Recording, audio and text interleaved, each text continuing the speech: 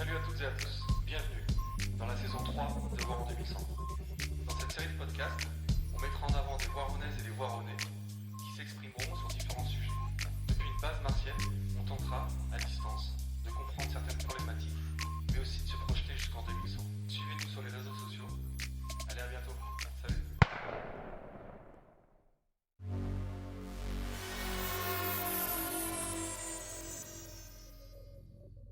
Salut Juliette, j'espère que tu nous entends.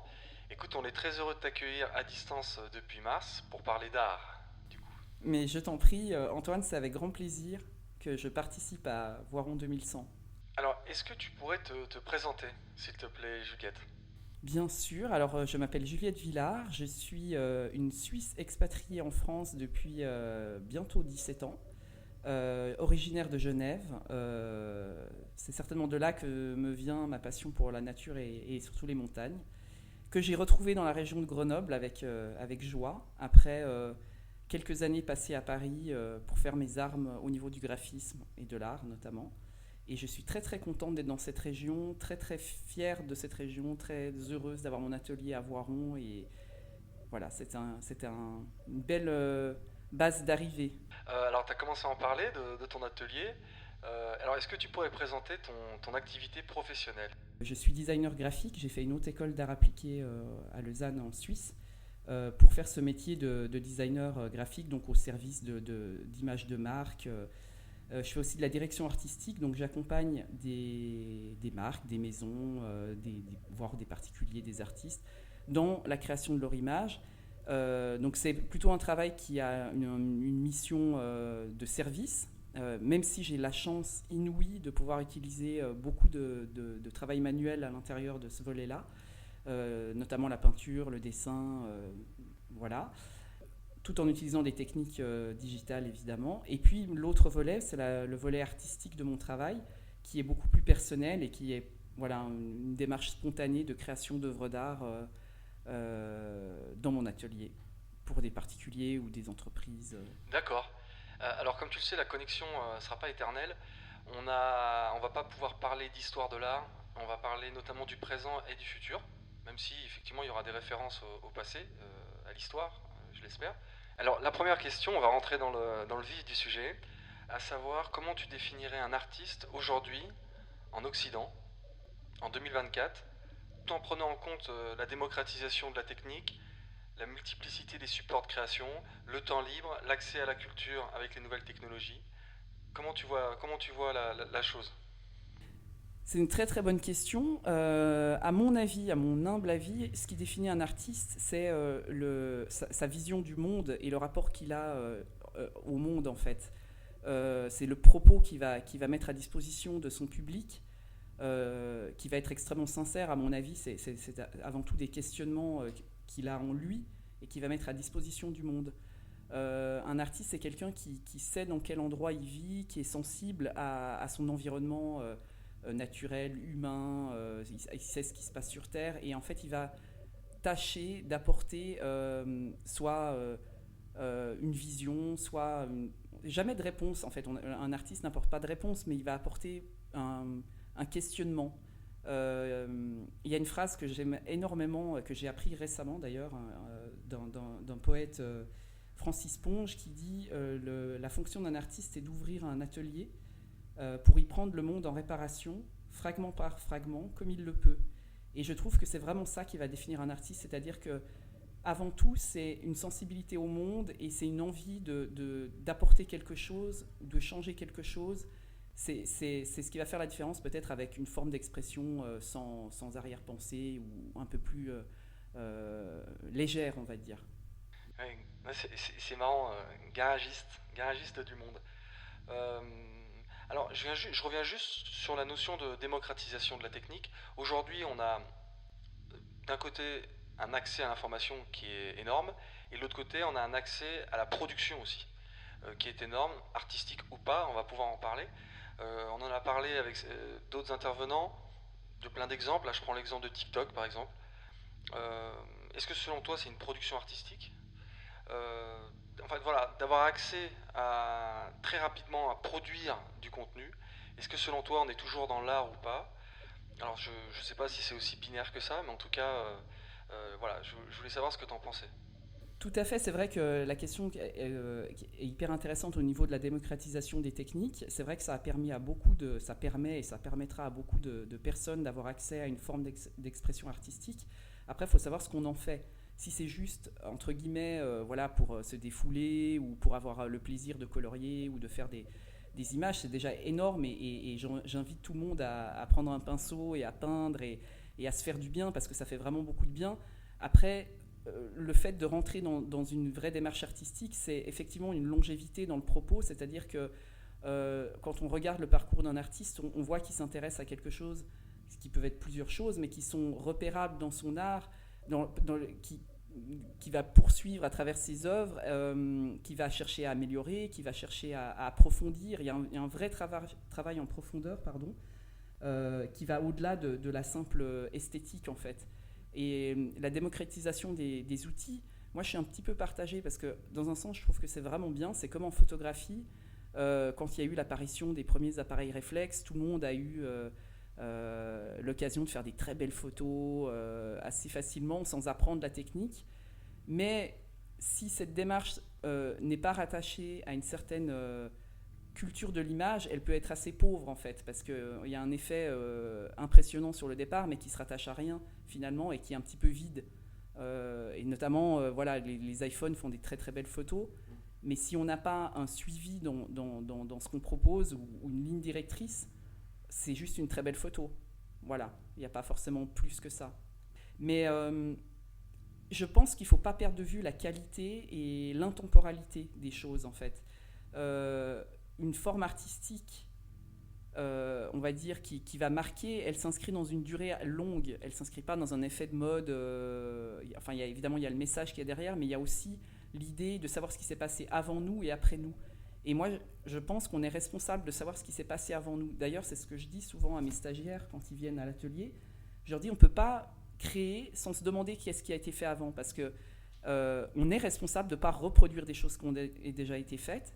Et comment est-ce qu'on peut, tout a été fait, mais comment est-ce qu'on peut, par rapport à ce qui a été fait, apporter une nouvelle chose, une vision nouvelle, sa pierre à l'édifice. Et ça, je trouve que c'est extrêmement important.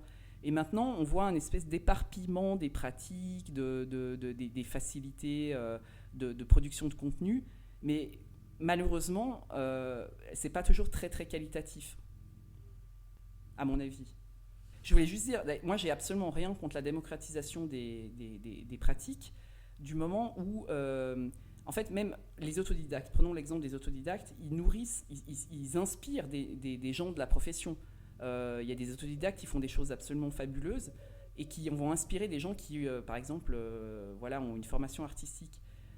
Donc, je trouve que c'est très très bien que chacun puisse avoir accès à une forme, à une créativité. Par contre, voilà, ne pas se satisfaire de juste un effet de surface, en fait, aller plus en profondeur, je pense que ça c'est important. Et malheureusement, en fait, on est tellement noyé d'images, de musique, de toute forme de création que pour sortir de cette profusion, pour tirer son épingle du jeu, il faut avoir soit un discours, soit vraiment une qualité qui va faire qu'on va le remarquer. Par exemple, les Beatles, voilà, la chance qu'ils ont eue, c'est qu'ils étaient à une époque où c'était très difficile d'être sur l'avant des projecteurs. Ce qu'ils ont fait était, à mon avis, extrêmement génial, mais il n'y avait pas beaucoup d'accès à la musique ou aux maisons de disques, alors que maintenant c'est beaucoup plus facile. Donc en fait, tout se noie un petit peu. C'est ça qui est dans un sens triste. Donc le pendant de l'accès à ces pratiques, c'est que malheureusement, ça rend les choses un petit peu plus banales aussi. Il y a une uniformisation de certaines formes de création. Après, comme tu me le disais, il y a des choses merveilleuses aussi avec cette démocratisation. C'est-à-dire qu'il y a des gens qui se pensaient pas artistes, mais grâce à la technique, à la facilité d'accès, ils sont devenus artistes. On peut tous être artistes. Ça, pour moi, il y a pas. J'aime pas les cases, j'aime pas cette espèce d'image. Si tu es scientifique, tu peux pas être artiste. Moi, je connais des scientifiques qui sont extrêmement artistes. Et d'ailleurs, je trouve que dans les maths, qui est une discipline qui m'est extrêmement étrangère, il y a beaucoup d'art parce qu'on est dans l'imaginaire, on est dans le non concret. Il faut pouvoir se projeter dans des choses qui nous dépassent, et c'est un peu la même chose en art. Donc, pour moi, l'art, c'est pas on a fait une école, on est artiste. Et inversement, c'est pas parce qu'on n'a pas fait un parcours artistique qu'on n'est pas artiste.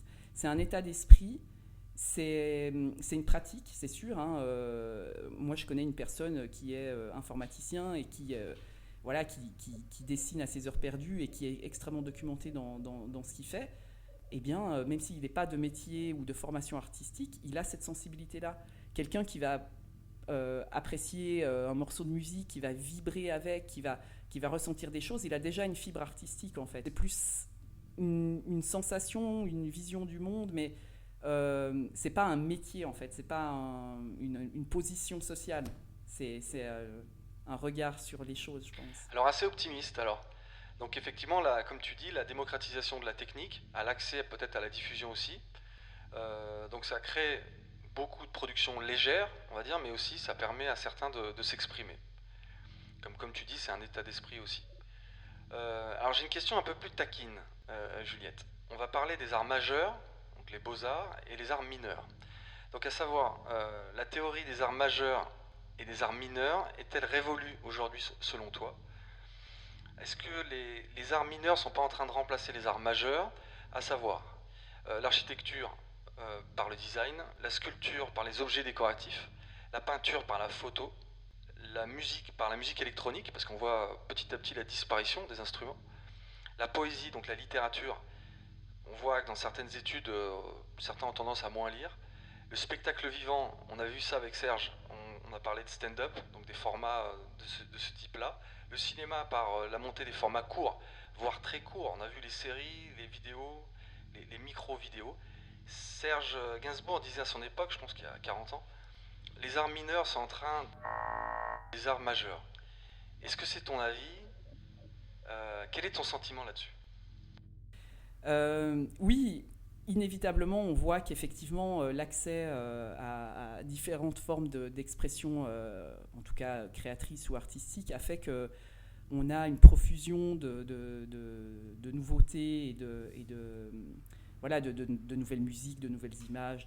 Enfin, n'importe qui maintenant peut créer des choses, voilà, des logos, tout ce qu'on veut. Après, je pense que l'important, c'est de définir ce qu'est une œuvre, un chef-d'œuvre ou l'art majeur. Moi, je pense que ce qui pourrait définir tout ça, encore une fois, c'est la temporalité. Un format TikTok, je ne suis pas sûr que dans 50 ans, 60 ans, 100 ans, on se souvienne de la vidéo d'un tel qui a duré 2 secondes et qui a marqué les esprits. Une œuvre de Mozart, ou je vais paraître vieillotte, mais c'est pas grave, ou de Botticelli, je pense que dans 300 ans, ça restera encore quelque chose d'une référence. Pourquoi? Pour plusieurs raisons, parce qu'il y a un savoir-faire, il y a une connaissance du domaine qui est alors on peut me dire oui, avec les intelligences artificielles aussi, il a fallu les développer, enfin, c'est un travail de dingue. Mais là, c'est un travail solitaire, enfin, d'un homme qui va écrire, ou d'une femme d'ailleurs, qui va composer, qui va inventer, qui va imaginer une musique qui traverse les siècles parce qu'elle est inimitable, ou en tout cas pas facilement reproductible. Et c'est ça aussi qui est extrêmement important. Si partout on avait des cathédrales de Paris, je pense pas qu'on en ferait une œuvre d'art dans notre tête. On se dirait bah oui, bah c'est normal en fait. La norme c'est ça. Si partout on avait des dômes de Milan, ça ferait partie de notre vision habituelle.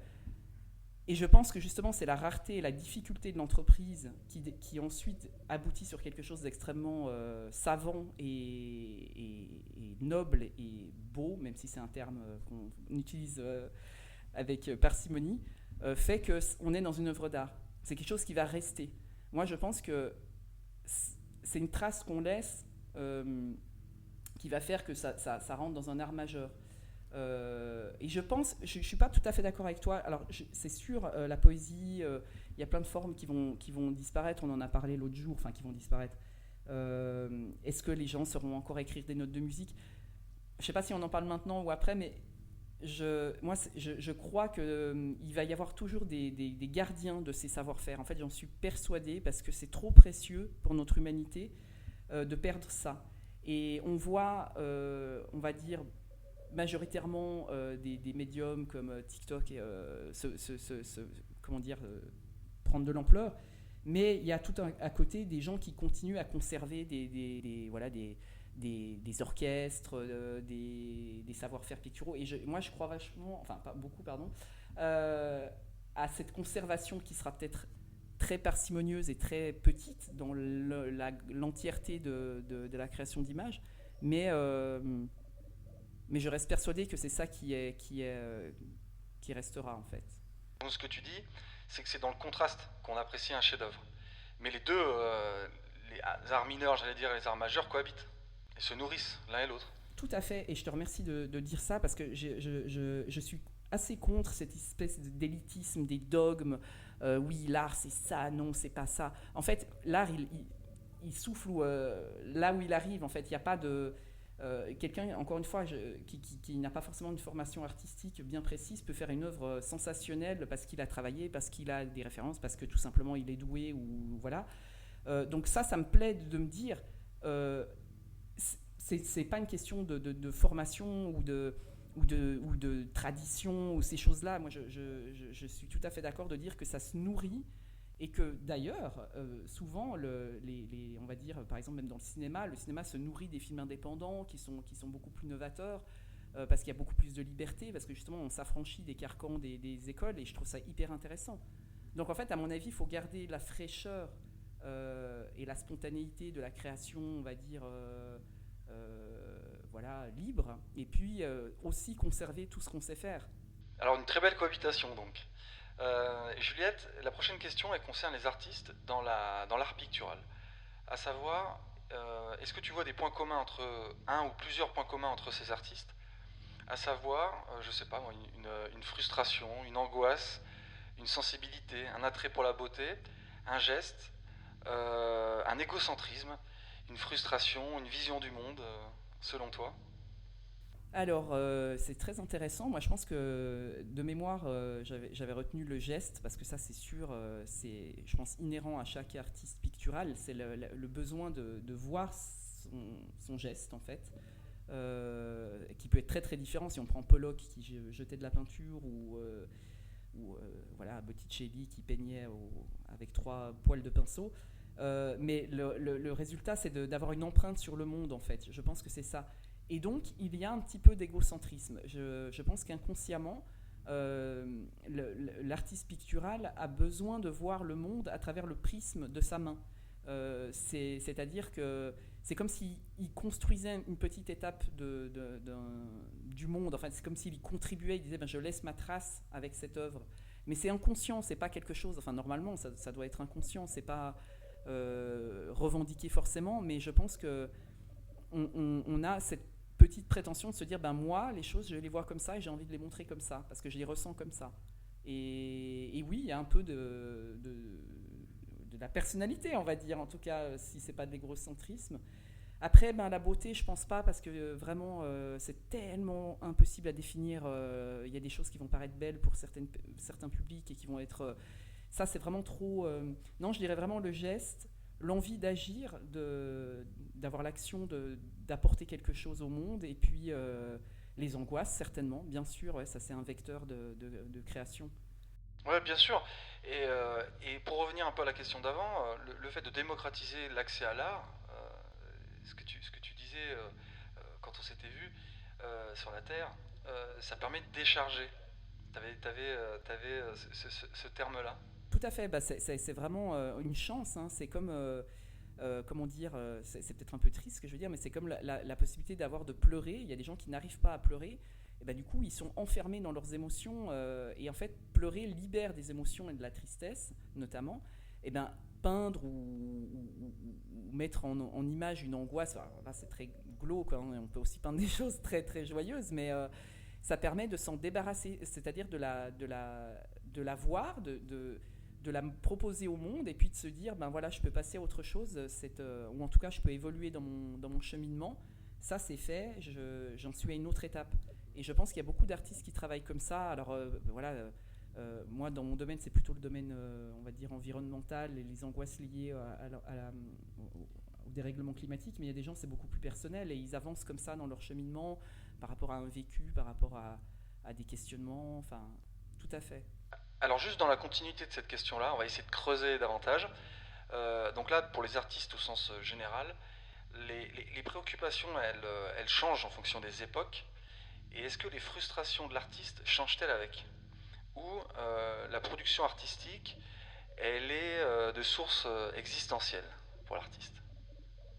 Je pense que évidemment que les préoccupations des artistes s'adaptent à leur époque. C'est-à-dire que, comme on en a parlé tout à l'heure, par exemple, quand on était à la Renaissance, c'est une période que je connais quand même assez bien, la préoccupation c'était de pouvoir peindre des corps, de pouvoir peindre autre chose que des sujets religieux. Et pour nous, ça peut sembler complètement banal, mais à l'époque, c'était une véritable révolution, liberté de pouvoir peindre quelque chose qui n'était pas voilà, un saint, ou, enfin un saint S-I-N-T. Donc, c'était dans cette époque-là. Picasso, par exemple, quand il a révolutionné, après avoir très bien su peindre de manière réaliste, quand il a révolutionné la peinture en inventant le cubisme, en mettant vraiment un coup de pied dans tout ce qui avait été fait, il a agi avec son époque, c'est-à-dire qu'il était à une époque où la photographie avait déjà commencé à émerger, et il pouvait se permettre, notamment en plus parce qu'il était extrêmement doué, enfin fort dans la peinture réaliste, donc il a pu repousser les limites. Mais maintenant, quelqu'un qui ferait la même chose n'aurait pas le même retentissement, parce que l'époque est complètement différente, parce que ces révolutions-là se sont déjà faites. Et maintenant, bien sûr que l'artiste, c'est pour ça que je parlais de responsabilité, c'est-à-dire que, bien sûr, l'artiste, il a le droit de s'exprimer comme il veut, mais il est quand même conscient du monde dans lequel il évolue.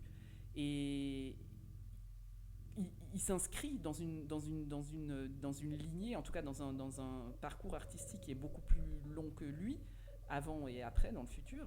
Donc, c'est sûr que il doit se poser des questions sur l'actualité. En tout cas, enfin voilà, il doit être. Sinon, on est dans l'art brut, qui me fascine totalement. C'est-à-dire, l'art brut, c'est des personnes n'ont aucune prise sur le réel, et dessinent vraiment de manière extrêmement spontanée. Et là, on est sans aucune référence. On est vraiment dans quelque chose de très brut de décoffrage. Mais tous les autres, on est conscient qu'il y a eu des choses avant, donc on s'adapte. Et puis voilà, il y a aussi des phénomènes de société qui vont faire que certains questionnements, par exemple sur la cause des femmes. Enfin, j'ai beaucoup d'artistes qui s'intéressent à ce qui se passe autour d'eux. Donc oui, ça évolue.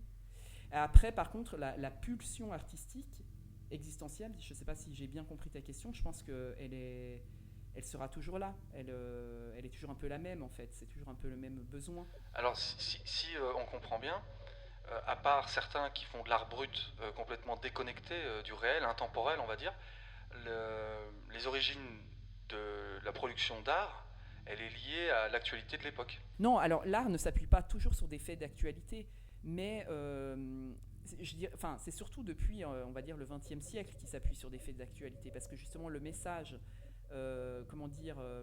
enfin la fonction de devoir représenter la réalité avec plus ou moins de justesse, ce qui était le cas avant l'apparition de la photographie, c'était le devoir de l'art. Enfin, c'est-à-dire pendant très très longtemps, on peignait pour reproduire des familles, des paysages, des scènes de genre. Il y avait déjà des artistes qui étaient un petit peu plus libres, évidemment. Hein. Van Gogh en fait partie, était beaucoup plus innovateur, mais malgré tout, on restait quand même dans des choses assez parfois assez légère, ou en tout cas il n'y avait pas forcément une réflexion. C'est venu plus tard en fait, la réflexion, justement au début du XXe siècle. Moi je prends toujours l'exemple de Guernica, mais de Picasso, c'est à ce moment-là, on va dire, où l'art s'est lié aussi à l'actualité. Picasso, il a peint Guernica en pleine guerre d'Espagne, je ne sais plus les dates, parce qu'il a été traumatisé par les images qu'il avait vues. Donc ça a nourri son art. Après, il a fait des autres choses qui n'avaient rien à voir, la période bleue, la période rose, mais je pense qu'effectivement, ça n'a pas toujours été le cas. Mais c'est quand même toujours un regard sur le monde, parce que même un peintre de la Renaissance, il regardait extrêmement bien son monde, il modifiait sa perspective parce qu'il étudiait tellement ce qu'il y avait autour de lui, qu'il disait mais non, en fait la profondeur, je peux la rendre comme ça, avec plus d'ombre, moins d'ombre.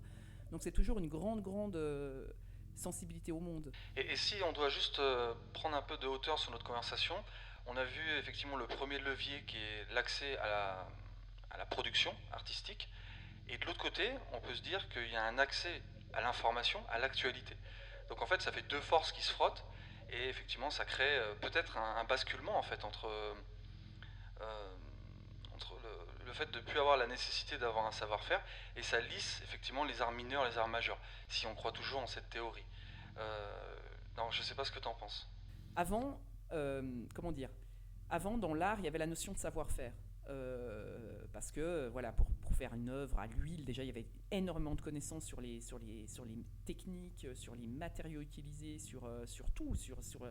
On allait apprendre la peinture chez un maître d'atelier, on faisait des années là-bas, ou après, plus tard, il y avait les beaux-arts qui ont commencé. Maintenant, l'art, il n'a plus besoin de se nourrir de savoir-faire. Et ça, c'est quelque chose qui me plaît énormément, même si moi, je suis plutôt dans le savoir-faire.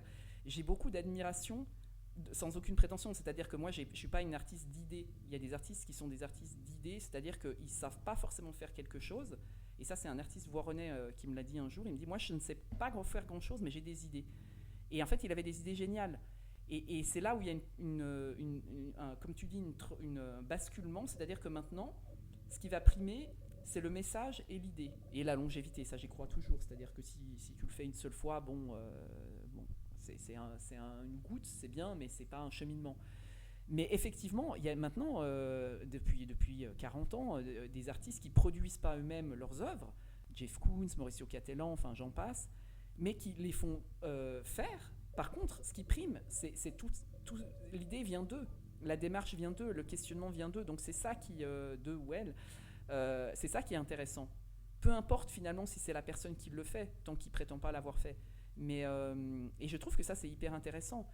Et même si moi je m'intéresse énormément à l'art, on va dire classique, d'une certaine période, j'ai énormément d'intérêt pour l'art contemporain dans ce qu'il nous permet de nous questionner en fait. Je trouve ça fascinant en fait. Je peux donner des exemples, hein, mais c'est complètement un autre regard. On ne va pas voir une pièce d'art contemporain pour se dire tiens, je vais voir quelque chose de beau. On y va pour être un peu bousculé, ou pour être amusé, ou pour avoir une expérience. Et c'est ça que je trouve vraiment intéressant, c'est que l'art contemporain, il a dépassé la notion de savoir-faire pour aller vraiment dans des questions de société en fait. La notion de culture et d'ouverture à l'information est hyper importante dans l'art parce que ça te permet justement de te nourrir. Et quand je dis culture, c'est pas quelque chose qu'on étale, ah oui, je connais un tel. Non, c'est avoir des bases de ce qui s'est fait avant toi, de pourquoi c'est intéressant et de comment tu peux, toi, avancer avec ces connaissances-là. D'accord. Là, on va parler des artistes géniaux. Selon toi, qu'est-ce que le génie? Alors, le génie, pour moi, c'est avoir une idée, voire plusieurs idées d'avance. C'est être en avance sur son temps. C'est avoir du flair. Tous les gens qui ont eu du génie étaient des précurseurs. Mais j'aime aussi cette idée que dans le génie, il y a un... Pour moi, hein, c'est marrant, il y a comme une combinaison de travail et de facilité. C'est-à-dire qu'une idée géniale, elle doit sembler simple à celui qui la voit, mais en fait, elle a nécessité énormément de réflexion. Et c'est ça qui est fascinant dans le génie, c'est qu'en fait, ça a l'air de couler de source, mais en fait, la personne, elle y a tellement réfléchi que les autres n'auraient pas réussi à le produire. Voilà, moi, je ne sais pas pourquoi j'aime bien voir cette idée de simplicité et de travail acharné derrière. Contrairement à l'idée qu'on peut avoir de quelqu'un qui va se lever un matin et qui va avoir le trait génial, moi j'y crois pas trop. Parce que si on regarde Léonard de Vinci, il dormait un quart d'heure toutes les heures, je sais pas quoi, enfin il travaillait toute la nuit, il était tout le temps en train de travailler. Voilà, c'est ça. Après, il faut aussi de l'audace, du culot, voire. Enfin, je pense que dans toute forme de génie, il y a se débarrasser justement des carcans, de la tradition. Les gens géniaux ont souvent été incompris parce que ils étaient en avance sur leur époque. Et j'ai un exemple, moi, que j'adore, c'est Dali, qui pour moi résume bien ce que je viens de dire. À une époque où tout le monde se posait la question sur le surréalisme, il y avait beaucoup de mouvements qui écrivaient des manifestes avec des pages et des pages d'explications. Le surréalisme, c'est ça, non, c'est ça, non, c'est ça. Et lui, il est arrivé à la fin et il a dit le surréalisme, c'est moi. Et en fait, c'est juste fabuleux parce que il s'était documenté. Il n'est pas arrivé comme ça juste pour faire un effet de genre. En fait, il savait très bien tout ce que disaient les autres, mais il a dit je vais les moucher. Parce qu'en fait, moi, je suis déjà à l'étape d'après. J'ai même pas besoin de parler, en fait. Alors, c'est très prétentieux. Je dis pas que c'est forcément bien, mais pour moi, ça, c'est aussi une forme de culot de génie, en fait. Et c'est comme ça qu'on les distingue. C'est des gens qui sont au-dessus, enfin voilà, qui ont vraiment, mais qui n'ont pas toujours compris. Oui, et tu as parlé aussi de simplicité, de travail, de simplicité. Je fais souvent des rapports avec le sport. Quand on voit Lionel Messi, quand on voit Federer, enfin tant d'autres, on a l'impression que c'est simple. Et ouais, je pense que, comme tu dis, le génie, on a l'impression que c'est simple. Et parce qu'il y a du travail derrière et tout ça. Et dans l'art, effectivement, il y a ce même phénomène. Ma mère a été partie à Samarcande faire un colloque d'artistes il y a une vingtaine d'années, et elle est revenue avec un portrait fait par un artiste là-bas de Samarcande. J'ai jamais vu quelque chose d'aussi hallucinant. Enfin, il avait fait le portrait de ma mère avec 2 traits et un point. Et avec ces 2 traits et un point, ma mère, elle était vivante sur le portrait. Il n'y avait pas de hachure, d'ombre, de couleur, non, juste une silhouette de profil, enfin juste son nez.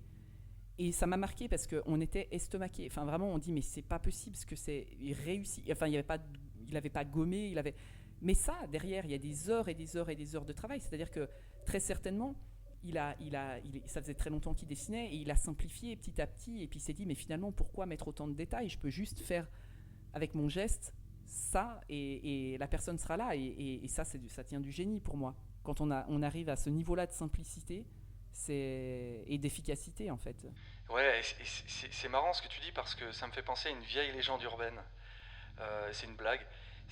Enfin, je sais pas si c'est une blague pour le coup, mais y a Picasso qui est attablé dans un restaurant. Quelqu'un va le voir et lui demande un croquis, comme un autographe.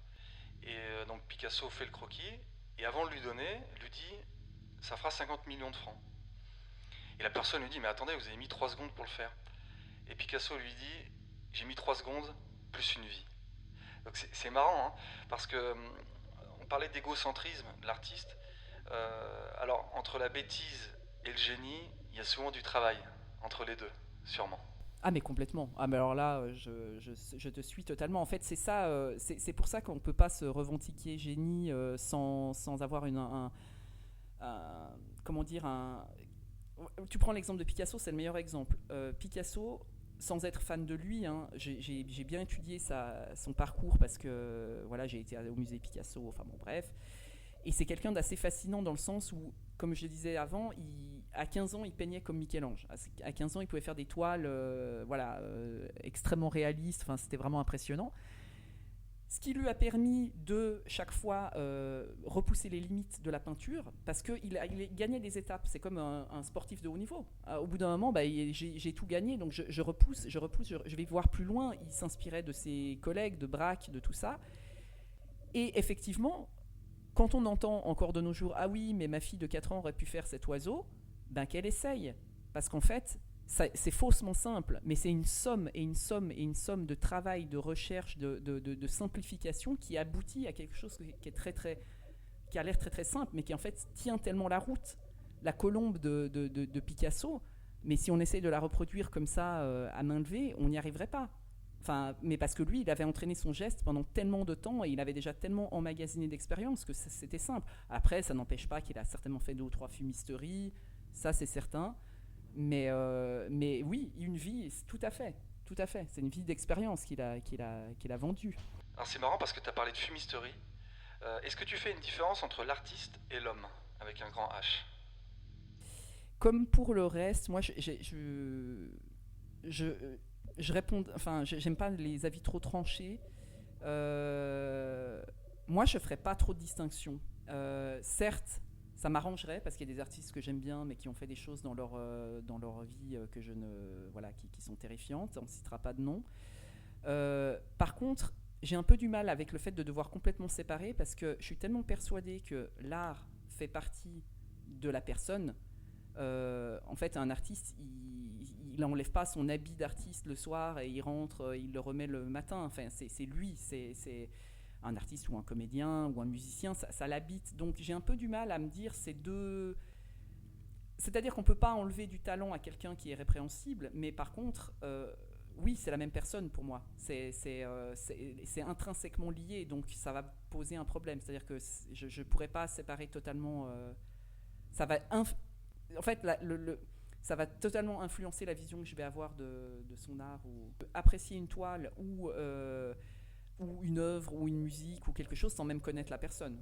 De nouveau, c'est l'émotion qui prime, et après, tu vas plus apprécier son œuvre parce que tu vas rentrer voilà, dans qui il est, dans ce qu'il veut dire, enfin dans ce qu'il a à présenter. Mais effectivement, enfin moi, ça m'arrive quotidiennement d'avoir des coups de cœur musicaux où je me dis waouh, c'est trop bien et je sais pas encore qui c'est, et après je vais aller regarder sur Instagram et compagnie. Mais après, suivant ce que présente la personne, effectivement, ça peut vraiment m'influencer. C'est-à-dire que ça peut en bien ou en mal. Et, ouais, j'aurais du mal. Par exemple, je pourrais pas. Je prends l'exemple de la musique. Écouter de la musique de quelqu'un qui aurait voilà, un comportement environnemental détestable. Quoique, c'est une très bonne question parce que, par exemple, j'adorais Jamiroquai.